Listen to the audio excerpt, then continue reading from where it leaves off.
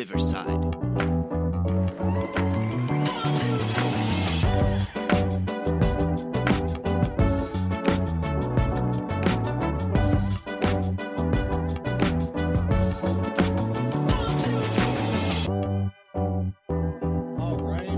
All right. And a very, very happy, let's get everything in order, very happy Tuesday.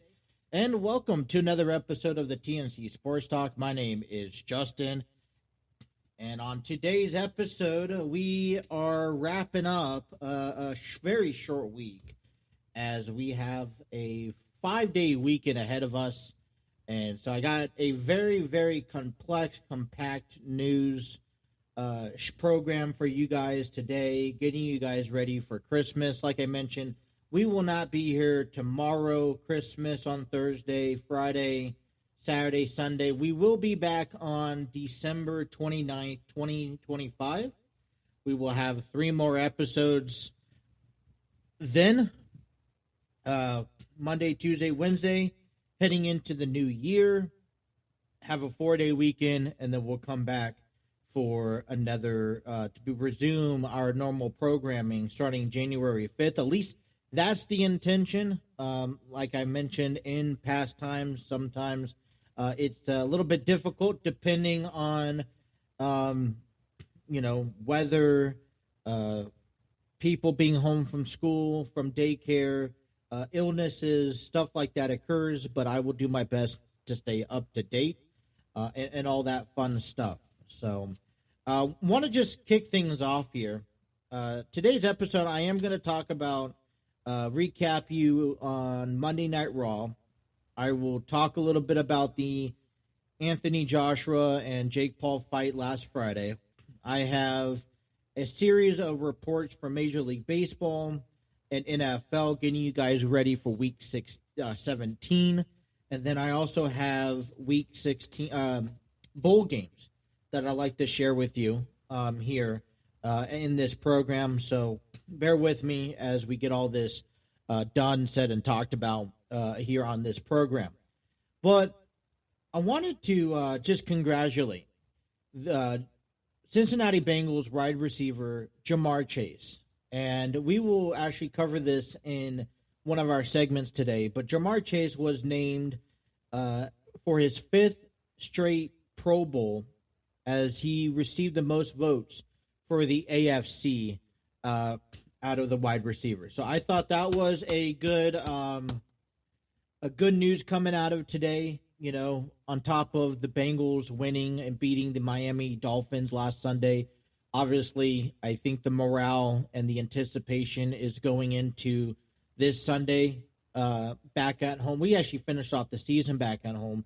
But going into this Sunday, beating the Arizona Cardinals and then finishing the season off strong by beating the Cleveland Browns, I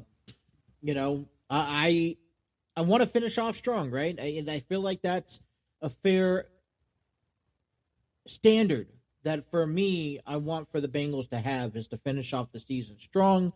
I want the Bengals to be able to come and walk away with the best record they can, which is the best record they can possibly walk away with is a 7-10. Now, no, that's not a 500 record ball club, but, for everything that has taken place this year alone, that's a positive note here. So I'd like to take away that and, finish off the season strong. Give us something to work with heading into 2026.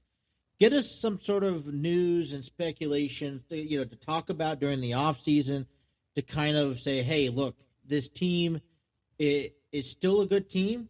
There's going to be some changes made this offseason. But we still are a team that can fight in the AFC North. So that's kind of what I want done. And the way to do it is to win the final couple games of the season. Forget about the draft. Let's finish off this season strong and get excited for this new year. All right. So, kicking things off, I wanted to jump right into over the weekend. There was a boxing event that took place last Friday. Anthony Joshua taking on Jake Paul in the main event was as advertised. And I think there's a lot of people that, like this idea because a lot of people don't like Jake Paul and they want to see him get knocked out. A lot of people aren't buying into this, saying, this is just a publicity stunt that is designed to make money. It's a win-win in this case because Anthony Joshua did knock out Jake Paul in 6 rounds. And in conclusion of this result, Jake Paul broke his jaw in not one, but 2 places. It turned out, I think, on both sides, an event to watch. I think the fact that it was accessible on Netflix is one thing that I'm taking notice on, because normally these things are pay-per-views. You buy them, you got to get a subscription or, spend something. I already have Netflix. I have the subscription. Therefore, I'm already getting this fight. For me personally, I'm not one who is big about it. I'm not really kind of sold in to these type of things. And when it comes down to watching a celebrity like Jake Paul kind of step in the ring, but I do give him credit, and that's one thing that I'm kind of on one foot on both sides of the party. I am not a fan of celebrities thinking they can walk right into. I'm not a fan of celebrities thinking they could walk into a sport and they could conquer it just like these professionals do. I watched plenty of WWE in the past. Guys like Bad Bunny, guys like Jelly Roll, guys like Logan Paul. There's been plenty of names over the last couple of decades that have thought they could walk into WWE regardless of scripting, regardless of predetermined settings, and think they could be professional wrestlers and get that 15 minutes of fame. I'm not a fan of it. You actually lose my attention on supporting you every time you do that. And, sometimes obviously a lot of them fail. Sometimes they succeed. I do, if it's athletes to athletes, because, I've seen guys like Brock Lesnar go into MMA, have a successful career. We've seen guys like CM Punk go in, then, vice versa, right? I mean, we've seen guys like Bobby Lashley come over to the WWE and have themselves a successful career. So, Kurt Angle, prime example, Olympic gold medalist, collegiate wrestling, comes into the WWE, Hall of Famer himself. My point is that, I'm not a fan of it, but I do give you credit where credit's due. And boxing is one of those sports that is not taken easy. There's a lot of damage that could be done. And Jake Paul stepped in, and, the fact that he was able to go a few rounds with, Anthony and, be able to give us some sort of match, whether you thought it was entertaining or not, I felt was, I felt it was like, well, here's your money's worth. To be able to buy that subscription, have the joy of Netflix and all that it comes, because I have Netflix for Monday Night Raw. I see, watch the Stranger Things on there. So, there's other perks than just picking up for this fight. You're not spending $60-$70 for it. So I'm pleased to see this. It's not really for everyone, but, over the past years, we can't ignore the fact that Jake and Logan Paul, as brothers, have been able to surface and make some sort of a name for themselves beyond the content creator market. Now, there's already been rumors in this category that Jake Paul's retiring after boxing with this. I've seen some pictures. I'm not going to post them up on here. They're very graphic in the results. I don't recommend for young eyes to watch. But I thought it was, Jake Paul's retiring from boxing. Jake Paul immediately contacted his attorneys, because apparently Anthony wasn't supposed to knock out Jake, in this, celebrity figure of, this venue. If you look down at the breakdown market of this and, dollar figure wise, for 989 seconds, this fight made $92 million. For a 16-minute fight, this match made $92 million. That is $93,000 per second, $5.5 million per minute, and about $16.5 million per round. That is insane. I guess it leads to me asking the question, would you, for $100 million, would you break your jaw? Would you step into a boxing ring for $100 million? Just imagine what you would be able to do with $100 million if you were to, all you had to do is sustain some kind of injury or last a few minutes with a professional.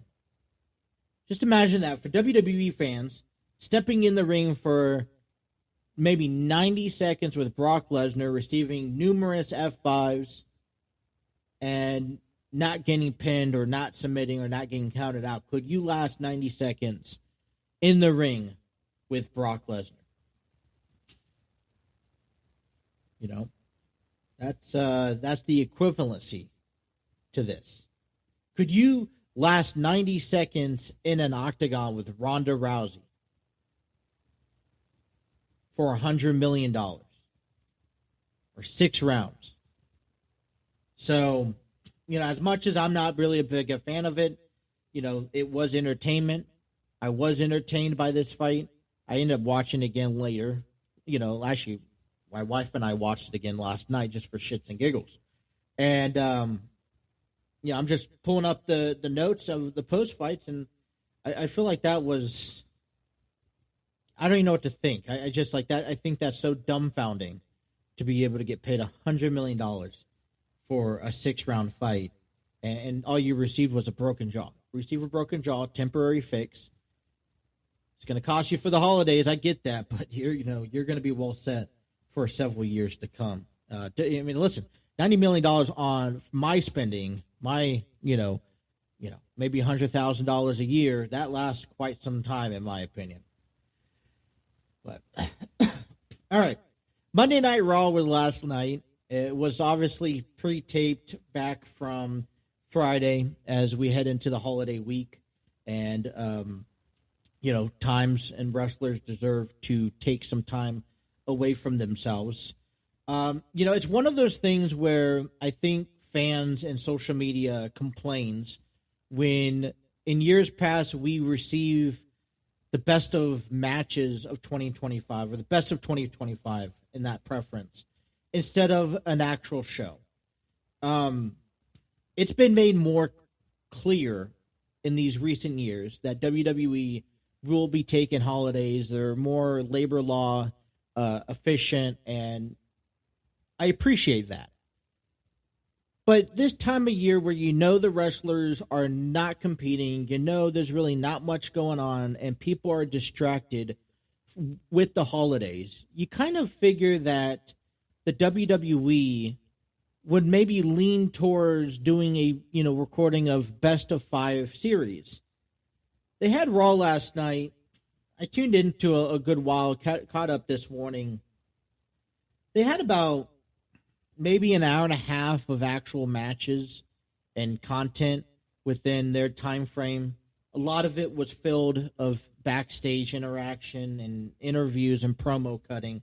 They only had 4 matches on the card, and Michael Cole and Corey Graves spent more time talking about the 1-year anniversary that the WWE has with Netflix and Raw, more so than the matches actually went on and the storylines that were taking place on Raw. The main event was CM Punk and Rey Mysterio taking on the Vision. It followed by a domination of the Vision as they beat down CM Punk. This is obviously just fuel being added to the fire when it comes down to Braun Breakers and CM Punk's championship match.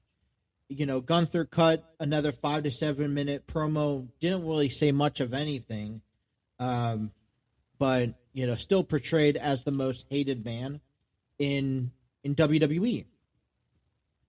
So I have some notes that I wanted to kind of take away. I wanted to share with you on this on Raw from last night. First things first. You talk about Gunther. He had less than 20 words, basically saying that, hey, you shouldn't be mad at me. You should be mad at the B. He called John Cena the B word for giving up and tapping out. And this is this is what I like about what's going on since Gunther ended John Cena's career, in a sense. Gunther is promoting himself. He's getting a lot of heat, a lot of attention, a lot of backlash, both by the fans. Let's not forget that the locker room is definitely helping him out with that by giving him negative responses towards his actions. And Gunther is not having to do much. He shows up, he gets booed out of the arena. He taunts the fans, he taunts the other wrestlers who looked up and appreciated John Cena for what he's done with the company over his career, and Gunther walks away and goes home. The WWE is strategically sitting on this heat, and who knows for how long this could go on for. But he's really, they're really taking advantage of what the WWE is giving Gunther, and that is being this hated man for making John Cena a GOAT, a 17-time champion, a future Hall of Famer tap out. I really love it. I know some people may think that it's not worth the efforts to go through, but I think when the time comes, when you solidify yourself the way that Gunther has in 2025 and even 2024, longest reigning IC title holder, 2024 King of the Ring, winner. You have the World Heavyweight Champion, two-time World Heavyweight Champion, beat Goldberg in his final match and beat John Cena in his final match. That resume kind of starts elevating to this status where you could just come, show up, do what you want, and realistically, no one's going to really touch you. Another takeaway from Raw last night, as we've seen Maxine Dupree and Becky Lynch kind of, the feud where Maxine Dupree wins the women's, is it the IC title, right? And she's had some couple great successes. I want to just kind of point out that Maxine Dupree, and this is nothing not credited to her, I don't envision her as this competitive fighting champion. I feel like a lot of the figures around her are helping growing this name and growing this image that Maxine is this great talent, great performer, and a champion in most books.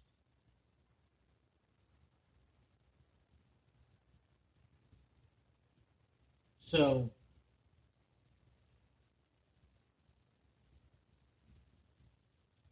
but yeah, I am, I like, everything that, I feel like Maxine Dupree has to thank a lot of her, Ivy Nile, Becky Lynch, for kind of help selling and getting her over in the past. And I do want to apologize for that moment pause. We received one of those shark navigators earlier this past weekend by our friends, which I love it. My wife loves it. Actually called it a 2.0 version of her. And it's on a scheduled timer to go off. And so I'm hearing background noises, and I'm trying to like, all right, I don't have the dishwasher running. Is the refrigerator running that loud? Really?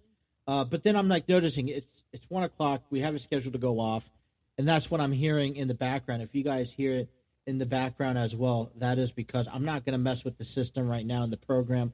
But that's what the nonsense was a moment ago. Look, and then the best match of last night probably was Asuka and Rhea Ripley, but they never really made any progress moving forward. Ended up with Io Sky, coming out. I'm not going to say cost her, but it cost Rhea Ripley the match because Asuka able to capitalize and did a roll up on her. Another thing is too, Stephanie Valkyrie and Nikki Bella. Nikki Bella had another flat promo. I understand. She's back. She's trying to make another run. I completely understand where her position, but I'm going to be honest with you. I wasn't a fan of the Valkyrie and Bella match at Survivor Series. To throw in Raquel Rodriguez, you kind of have to think, with the return of Liv Morgan, where does the Judgment Day's involvement come to finally getting over back on, in the reins of holding championships and titles again? And I feel like, Nikki Bella, it's been over a decade since, she's been in ring action on a consistent basis. This was still part of the Divas moment. I don't think fans has really viewed her as a woman's wrestler when she was compared back then, towards the end of this Divas era. And, I feel like, she's had success, but it's taken some time to really build on her. And it doesn't help when she cuts flat promos.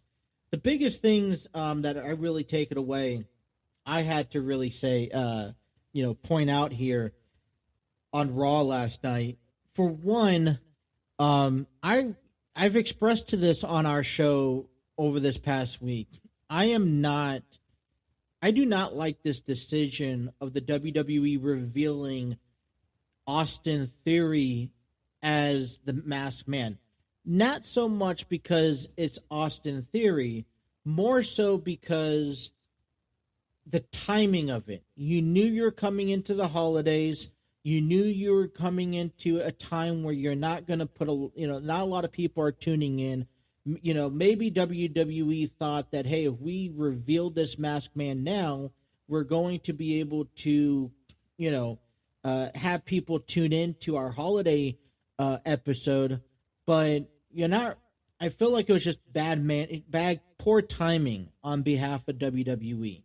If it was me, I would have said, hey, look, you should have waited into the beginning of the year. It would have been great if you got him involved with the Braun Breaker CM Punk match and then reveal himself. Now Austin Theory thinks that, hey, I made mistakes. I got hurt. I come back. I want to be seen. I see your vision. Maybe I want to be a part of it. And, then we get to him being in the match, the tag team match in the main event last night. Yeah, he had a clear pin against a clean pin with Rey Mysterio, but he's definitely delivered still just kind of a wooden performance. And so maybe it's a new concept of Theory, but we still have some ways to work on from being this, this exciting talent that maybe, just maybe, the vision can kind of kink out because, look, you got they're really pushing Braun Breaker. Logan Paul's already up there. Austin Theory can kind of come in as a wing. I don't quite know much about how to push him. How far does this go? But reality is that this can work. And, I think I don't think it's a surprise to people that Austin Theory and the Vision doing some sort of feud really goes anywhere. It's more so of, how much has Austin Theory progressed since being away from the WWE, dealing with injuries, and can he get himself and change himself into the wrestler that I think he's getting this push to be? That's just my saying. Another on the side note to all of this, I wanted to talk about Javon Evans. He had another performance last night on Raw. I gotta end off this shark thing.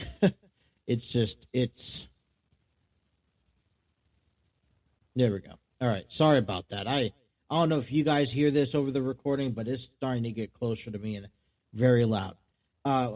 So Javon Evans had another spotlight match, and he's facing this Rayo Americano, part of this Americano fraction that he's going to be, it looks like he's getting into a feud with on the main roster.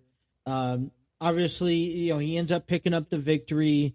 The Americanos come out and they get into this brawl. It highlights Javon's high-flying moves. It highlights, his in-ring skill ability, obviously trying to get the WWE push that he's had back in NXT, which is different. It doesn't do Javon any credit when Michael Cole and Corey Graves focuses on Americano and his background. Like, who cares? It doesn't matter. It doesn't mean anything. We're trying to focus and highlight Javon Evans, what his in-ring skill ability is, and how he can benefit this Raw brand. It's interesting. He came on a Ringsider. Came on Ringsider and showcased, talked about his uprising talent here, and I wanted to just kind of share it here with you guys. But he said, it's crazy. It's insane.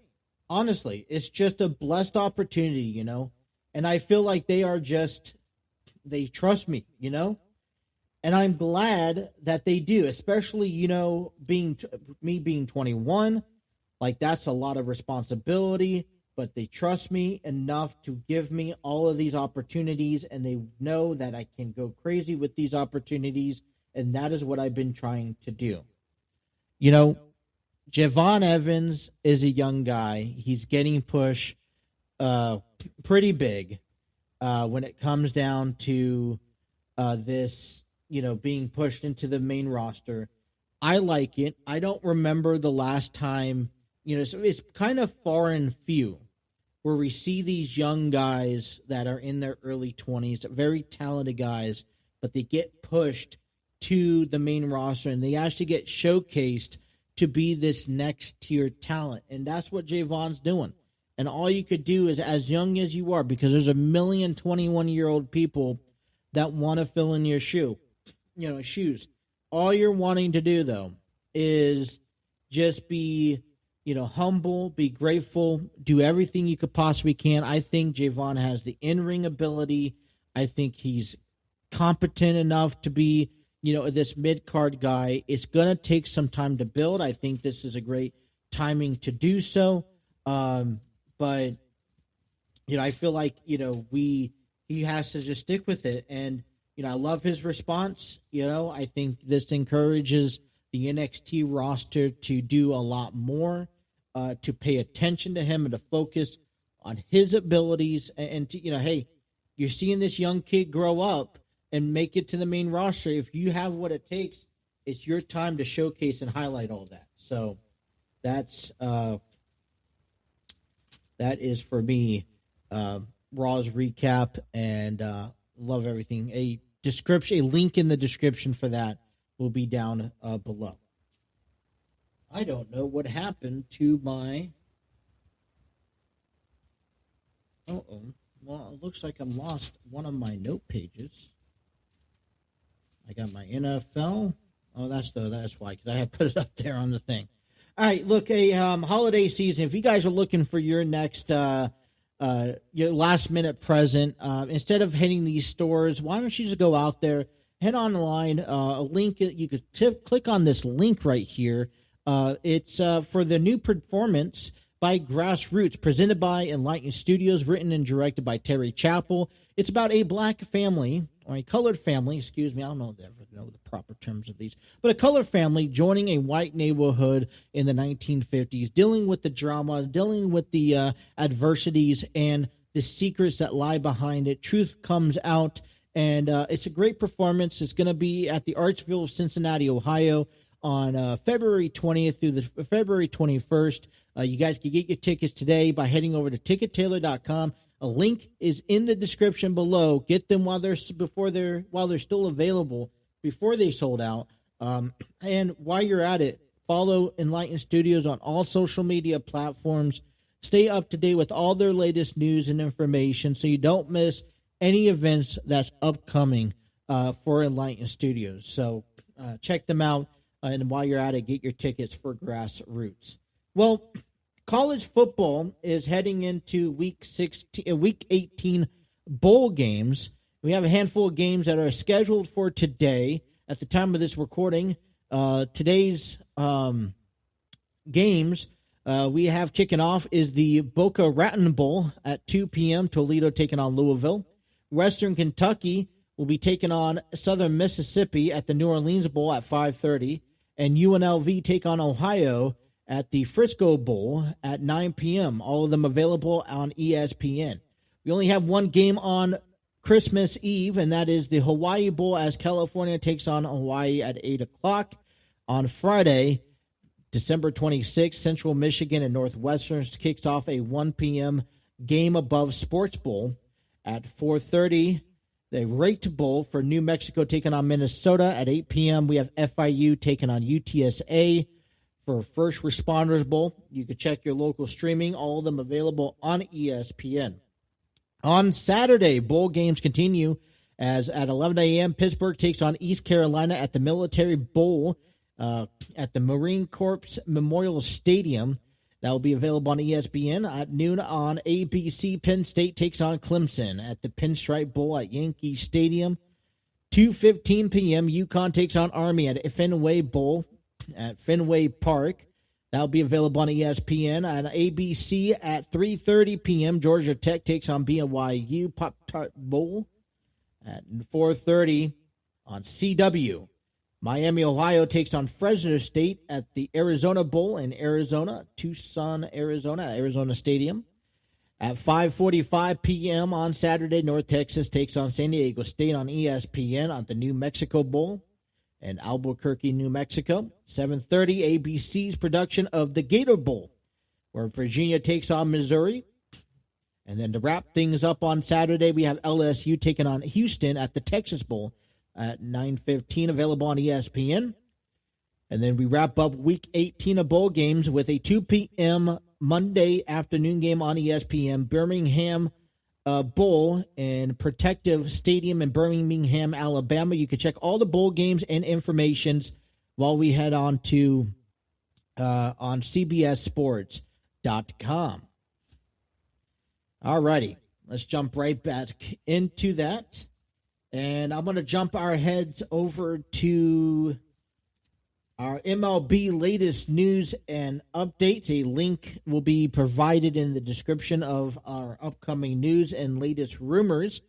Well, we'll kick things off with the Cincinnati Reds as the Reds and White Sox talk about Luis Roberts. Cincinnati's interested in center fielder Luis Robert Jr. from Chicago, and Chicago is willing to eat up a good chunk of his contract, as Robert's scheduled to get paid $20 million in 2026. White Sox are also interested in the Reds' young depth of their pitching rotation. Roberts, who's 28 years old, batted .223 last season with 52 runs, 14 home runs last year with 53 RBIs and 33 stolen bases. Now, he may not be as once as he was when it comes to home runs and power hitting, as he hit 38 home runs 2 years ago, but he does deliver a strong. He is a strong defender and a top flight base running. Kind of goes with the Reds concept, doesn't it? The Reds are strong defenders. I think that they've gotten better over the years, and they are also aggressive base runners. But we do need some sort of talented at-bat, and that 223 average kind of points out to me and kind of, for me, questions, where does he lie on this team and how much can he actually contribute? It's kind of one of those things where you can sit here and argue, well, maybe a new location, a new, team, a hitter's ballpark could help a young guy like Luis Roberts. And, sure. And we could definitely use a guy like Luis Roberts, but who are we really willing to give up? And I'm not sold on what I see in front of me based off of what Luis Roberts have had over the last couple of years. He's been injured the last 2 or 3 years consecutively, unable to stay healthy. And I just feel like this is a decision that, yes, you do take a risk if the Reds pick him up, because he can carry over his woes into Cincinnati, which means we're not going to see a lot of him. And when we do see him, he's not going to perform at the ability that we need him to win, which is playoff standards. But, I will love to see the Reds finally just rip off the Band-Aid, make a deal with a player that is capable of producing runs, good batting average. We've already had these conversations in years past or in weeks past, about where the Reds collide. Now, hey, we're averaging maybe another $10 million, freely to spend. Can we pick someone up on a 1 year, 2 year deal, $4 or $5 million, maybe even 10, and get those extra at bats? I know that it may be, a little out of range to think about what it will look like for Cody Bellinger or maybe a Kyle Tucker, but we have to be able to find somebody out there who can really make an impact on this team. And unfortunately, Luis Roberts is just not one of the guys that really kind of, oh, hey, breaking news, we picked up so-and-so. It's not, no, unfortunately not. I mean, the biggest breaking news we've had this offseason was re-signing Emilio Pagan. Seattle Mariners bring in Rob Ruffstader and signed to a 1 year deal, making about $6.25 million at the age of 34. Last season, Rob batted for .269 with 29 runs, 9 home runs, 30 RBIs, and 3 stolen bases. He adds a left-handed batter to the outfield. He could also play right, left field pretty well, but is also going to be primarily focused as a DH when is needed. Adds up to the Mariners roster there. This is, you have a Mariners who who was a big talk last season, had a very big push, knocked off, in my opinion, the Houston Astros, and made it to the ALCS, where they fell short to the Toronto Blue Jays. Now, I've come back out and said this before, and I'll say it again. I think that if there's any team right now in the American League that can go toe-to-toe with the Dodgers in the World Series again next year, it would arguably have to be either the Seattle Mariners or the Toronto Blue Jays. So the question lies is, is this addition going to benefit their organization? And, left-handed at-bats come rare. So when it becomes more selective on how do you use him and put him into matchups throughout the season, then I think we will just have to wait to find out. But I think this is a solid trade. Meanwhile, the Red Sox are still interested in Alex Bregman. And Alex Bregman, who is 31 years old, he is a free agent, third baseman, played for the Red Sox last season, batted .273 with 18 home runs and 62 RBIs. I like to think with the transaction that actually happened earlier this past weekend with the Red Sox acquiring Wilson Contreras, there's kind of like, now you kind of come back to Alex Bregman and said, look, we're trying to add these key pieces. We picked up Contreras, who could be a key addition to our lineup on a daily basis. Here's that ball club. We would like to bring you back, underlining that, hey, this is what we brought to the table here. So hopefully that encourages him or influences him to re-sign. According to reports, Alex is also interested in teams that's thrown out like Arizona, Toronto, Chicago, or even Detroit. We talk about a third baseman. I see Alex Bregman as even a DH. Now, I don't know what it's going to take to go bring in an Alex Bregman, and I don't know how much interest he would even entertain the idea that the Reds could be interested. But if I was the Reds, I look at my budget. I'm saying, I want to offer you something. It may sound ridiculous. It may sound far-fetched, and it may sound like I'm not, like it's a joke, and I apologize. I don't mean to offend you. But Bregman, you're a third baseman. I could use you as a DH. You'll be in the lineup every day. You bring a power at bat to our ball club. Maybe we work, we're giving Key Brian Hayes some days off as well. And,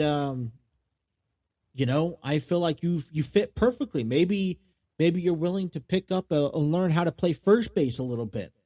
But for me as the Reds, and I look at all these transactions, and I'm like, I wonder if the Reds even went after them. Even if it's a ridiculous offer and it wouldn't be reachable. I wonder if they went after them. And I guess I'm confused because I feel like if I'm a GM, I would say, look, I know it's kind of crazy. I got to pursue this. It's going to probably fail. And I'm probably going to be the laughing stock of Major League Baseball. But I got to do everything we can to spend every ounce of penny we have to gain and improve our team for next season. So, but when you see Alex Bregman and talks about possibly going back to the Red Sox, or you see a team like Arizona or Detroit or Toronto, it's like, who says we can't be there? Last but not least, Pirates are interested in adding at bats. Obviously, we saw and heard about the transaction that the Pirates acquired Brandon Lowe from the Tampa Bay Rays. They're also interested in picking up Pittsburgh seeking Japanese infielder Kazumo Okamoto, who in the Japan League batted .327 with 15 home runs. And yeah, I understand that is Japan baseball is different, but we've seen international team players come into the Major League Baseball, and they've had numerous of success.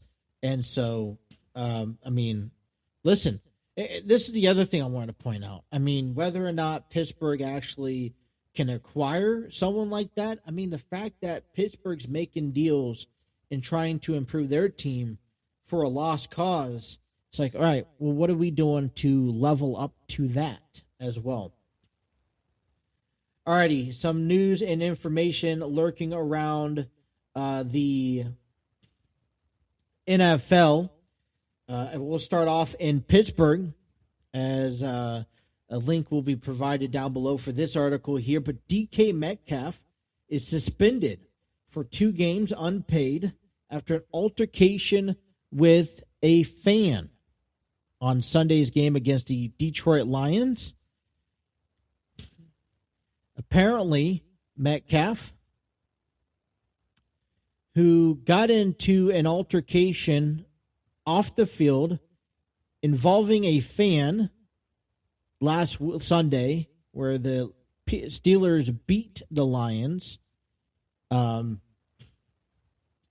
triggers what could have been towards. Basically, DK Metcalf got into an altercation with a fan and grabbed the fan and ended up punching the fan during the first half of the game. It was caught on camera, and according to the NFL, this violated league policies, specifically that include players may not enter the stands or otherwise confront fans at any time on game day if a player makes unnecessary physical contact with a fan in any way that constitutes unsportsmanlike conduct or presents crowd control issues and or risk of injury. He will be held accountable. Metcalf appeared to throw a punch at the Lions fans during the first half of the Pittsburgh eventually ended up winning 29-24. Metcalf reportedly had prior history to the fan when he was a member of the Seattle Seahawks. In punishment, he will be suspended for 2 games, so he will miss the Cleveland Browns this coming up week and will miss the Baltimore Raven game in the final game of the season. Pittsburgh only need, in order to clinch the AFC North, will need a win over Cleveland or Baltimore, or they need Baltimore to lose against at least against Green Bay this Sunday or this Saturday. Metcalf, who violated the policy, is triggered. It could be up towards $40 million in voided contract guarantees. Metcalf, who signed a 4-year, $132 million deal last summer, slated to lose $555,556 over the next 2 weeks. Pittsburgh is set to do without him, and look, good. I'm sorry, don't mean to be mean, and don't mean to be say much against it, but DK Metcalf, this is not how you can control business. This is not how you take care of business. Doesn't matter. You as a we hold you to the highest professional manner, and that is that as a professional athlete, you have to be able to contain yourself. The only time where I see somebody or anybody getting involved is when fans, obstruct and interfere in the action. We see it in wrestling. We see it in baseball, where fans jump the field and get into the ring, or they get onto the field and try to run around. But your altercations, you got to show much more professionalism. And this could be a big blow for Pittsburgh, as they don't seem to have this division locked in and set yet. I mean, yeah, they only have to win one more game, but unless they beat Cleveland and unless they beat Baltimore, they're going to have to find a way, or unless Baltimore loses, they're going to have to find a way to doing it without their top player in DK Metcalf. So it's not a good image. I honestly think that this needs to be a bigger punishment than what we typically see. And unfortunately, I'm not the NFL commissioner, and obviously this is going to kind of tarnish, as they make it to the postseason, if they make it to a postseason. But I hope that Pittsburgh takes action on their own and do something even more profound than what the NFL has punished out for him. Other breaking news coming in the NFL, as it was announced earlier this week, Kansas City Chiefs are planning on moving from Missouri to Kansas City following the approval of a new tax fund stadium. After 62 years in Kansas City, Missouri, the Chiefs expect to be moving to Kansas in 2031. This is developing news. I did not expect this, whatever. And I don't know how Missouri fans are reacting to this. They did, but Kansas City planning on jumping ship here in the upcoming years thanks to a new stadium given to them. In Week 17 action, as we take you a preview because we will not be here for the rest of the week, we have a handful of games happening on holidays in the holiday season. Kicking things off, we have a triple header on Christmas Day, which I thought was pretty interesting because I normally see basketball take over on Christmas Day. But game 1 of 3 begins at 1 o'clock as Dallas Cowboys and the Washington Commanders face each other in Loveland, Maryland at the Northwest Stadium. as Dallas and Washington are both eliminated from the postseason. Detroit hanging on by a thread, but they will be taking on the Minnesota Vikings at 4:30 p.m. And on 8:15 p.m. on Thursday night primetime, we have the Denver Broncos taking on the Kansas City Chiefs. So we just talked about the new news with Kansas City moving out to Kansas. Then we have Detroit, which is probably the only team fighting for a playoff spot. Denver's already clinched. So that's your lineup for Christmas Day. On Saturday, December 27th, we have a doubleheader as at 4:30, the Houston Texans take on the Los Angeles Chargers, while at 8 o'clock, Baltimore Ravens take on the Green Bay Packers. Houston Texans and the LA Chargers are trying to clinch a playoff spot, lock in, and seal their fate, while the Baltimore Ravens and the Green Bay Packers are also trying to do the same thing as the Baltimore's looking for an AFC North Division championship, and Green Bay Packers are looking for a wild card spot. On Sunday, NFL continues with a series of 1 o'clock games as Arizona takes on Cincinnati, Jacksonville takes on Indianapolis, New England takes on the New York Jets, and the New Orleans Saints take on the Tennessee Titans, while we have the Pittsburgh Steelers take on the Cleveland Browns, Carolina Panthers host the Seattle Seahawks, and the Tampa Bay Buccaneers take on the Miami Dolphins. So I'm looking at these games.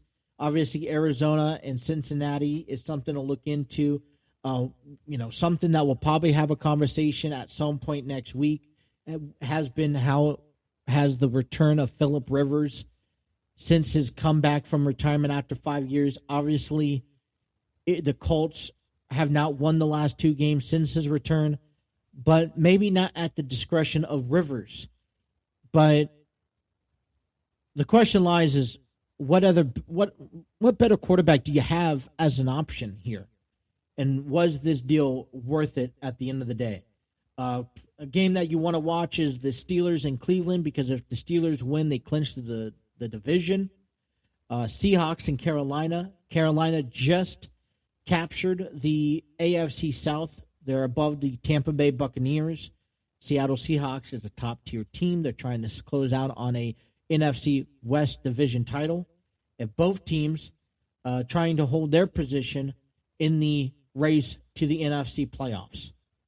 At the 4 o'clock games, we have a race to who holds the number 1 draft pick of the 2026 season, which will be the New York Giants versus the Las Vegas Raiders. Philadelphia Eagles and the Buffalo Bills do battle, while the Buffalo Bills try to keep their playoff dreams alive. At 8:20, we will have the Chicago Bears taking on the San Francisco 49ers. And on Monday, the last Monday night football game of the season, we have the Los Angeles Rams taking on the Atlanta Falcons. So that is what we look at heading into week number 17. The Patriots, the Buffalo Bills have already clinched a playoff berth. They try to determine who would go out for a division title, as the Patriots lead 12-3 and the Buffalo Bills lead 11-4.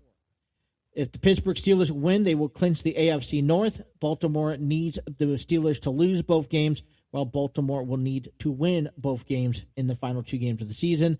Jacksonville may clinch a playoff spot, but they look to clinch a division championship with another win this weekend, and hope so. They also lead the division 3-1, so they also need to finish out the season strong. The Houston Texans are just 1 game back of the Jaguars in the division, while the Colts are 4 games back. They may be eliminated from the division, but they still have a chance in the wild card to hold on. The Denver Broncos and the Chargers have clinched a playoff spot. Who will clinch a division title in the upcoming weeks?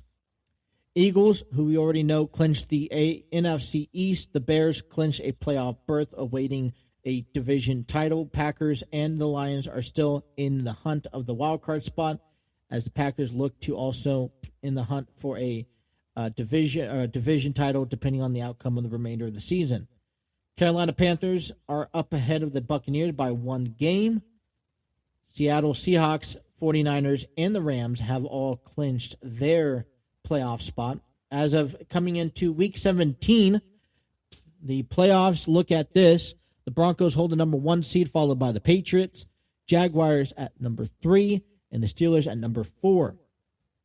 The Chargers hold the 5 seed and would go over to Pittsburgh. Bills hold the number 6 seed and go over to Jacksonville.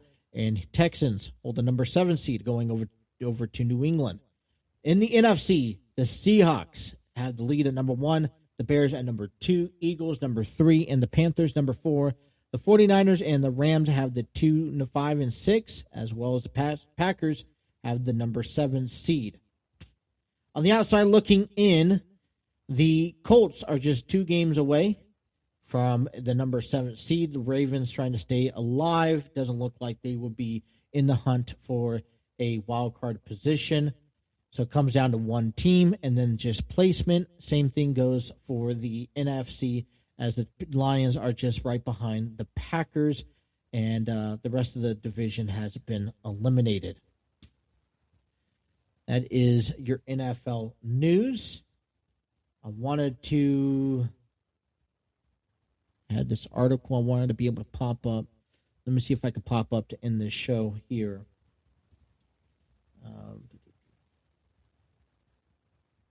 So, the NFL has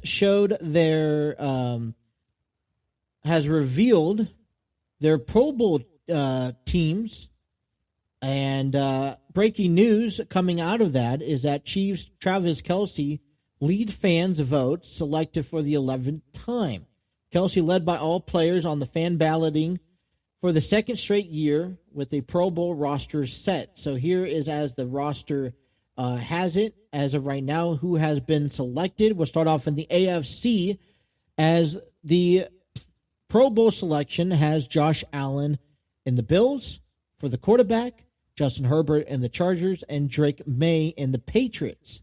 Top-tier quarterbacks of the league, by all means. Running back position has Devon Akane for the Dolphins, James Cook for the Bills, Jonathan Taylor for the Colts, Patrick Ricard for the Ravens as a fullback. Your receivers. And congratulations to our Cincinnati Bengals wide receiver, Jamar Chase, who received the top vote for this year's Pro Bowl class of the receivers in the AFC. Nico Collins was with the Texans, Zay Flowers with the Ravens, Cortland Sutton with the Broncos. Tight end, we got Brock Bowers with the Raiders, Travis Kelce with the Chiefs. Offensive tackles, we have the Joe Alta with the Chargers, Garrett Bowles with the Broncos, Deion Dawkins with the Bills. Guards, we have the Quinn Miners with the Broncos, Quentin Nelson with the Colts, Trey Smith with the Chiefs. Centers, we have Seed Humphrey with the Chiefs, Tyler Linderbaum with the Ravens. Defensive ends, Will Anderson Jr. with the Texans, Mac Crosby with the Raiders, Myles Garrett with the Browns. Interior linemen, Zach Allen with the Broncos, Chris Jones with the Chiefs, Jeffrey Simmons with the Titans. Outside linebacker, Nick Bonito with the Broncos, Tuapoloto with the Chargers. I apologize for butchering these names. TJ Watt with the Steelers. Inside middle linebackers, Azeez Al-Shawir with the Texans, Raquan Smith with the Ravens. Cornerbacks, Christian Gonzalez with the Patriots, Derek Stingley Jr. with the Texans, Patrick Surtain II with the Broncos, Denzel Ward with the Browns. Free safety, Jalen Ramsey with the Steelers. Strong safety, Kyle Hamilton with the Ravens, Derwin James with the Chargers. Long snapper, Ross Matusik with the Cardinals, or with the Jaguars, excuse me. Punter, Jordan Stout, as well as place kicker, Cameron Dicker with the Chargers. Chimere Dyke with the Titans for special return specialists and special teams. Steelers, Ben Skowronek. All right, let me get through the NFC here real quick. The 3 quarterbacks for the NFC is the Seahawks, Sam Darnold, Cowboys, Dak Prescott, Matthew Stafford for the Rams, Jahmyr Gibbs for the Lions, Christian McCaffrey for the 49ers, Big John Robinson for the Falcons, and the running backs Fullback is Kyle for the 49ers. I'm not even going to pronounce that last name. Puka Nacua for the Rams. George Pickens for the Cowboys. Jackson Smith-Njigba for the Seahawks. Amon-Ra St. Brown for the Lions as receivers.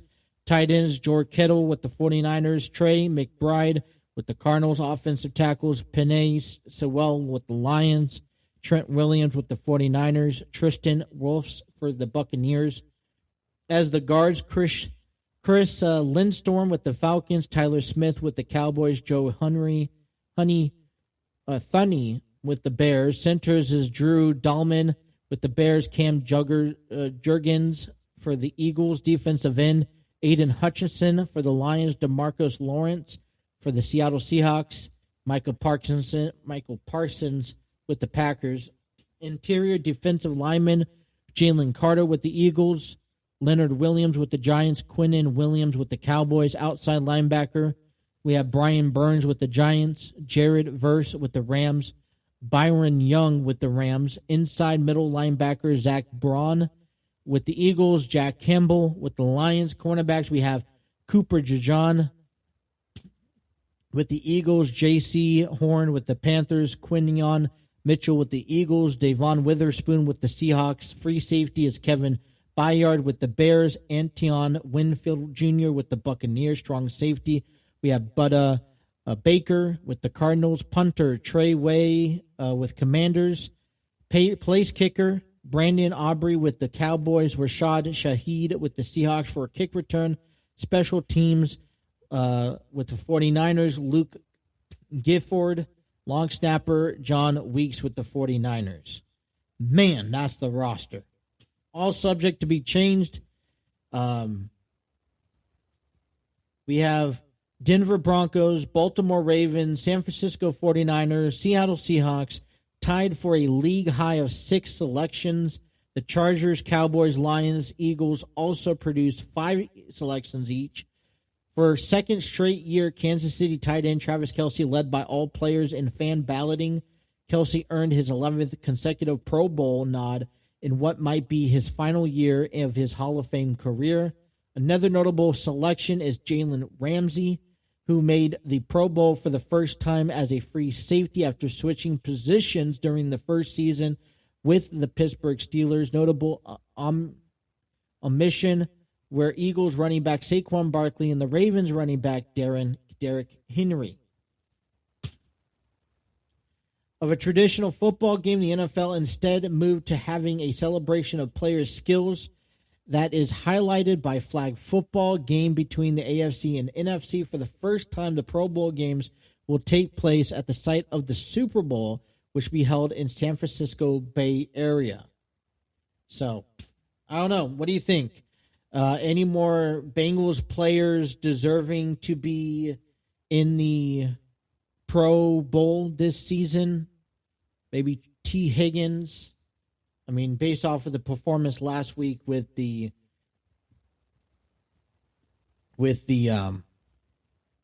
against the Dolphins, I mean, who knows?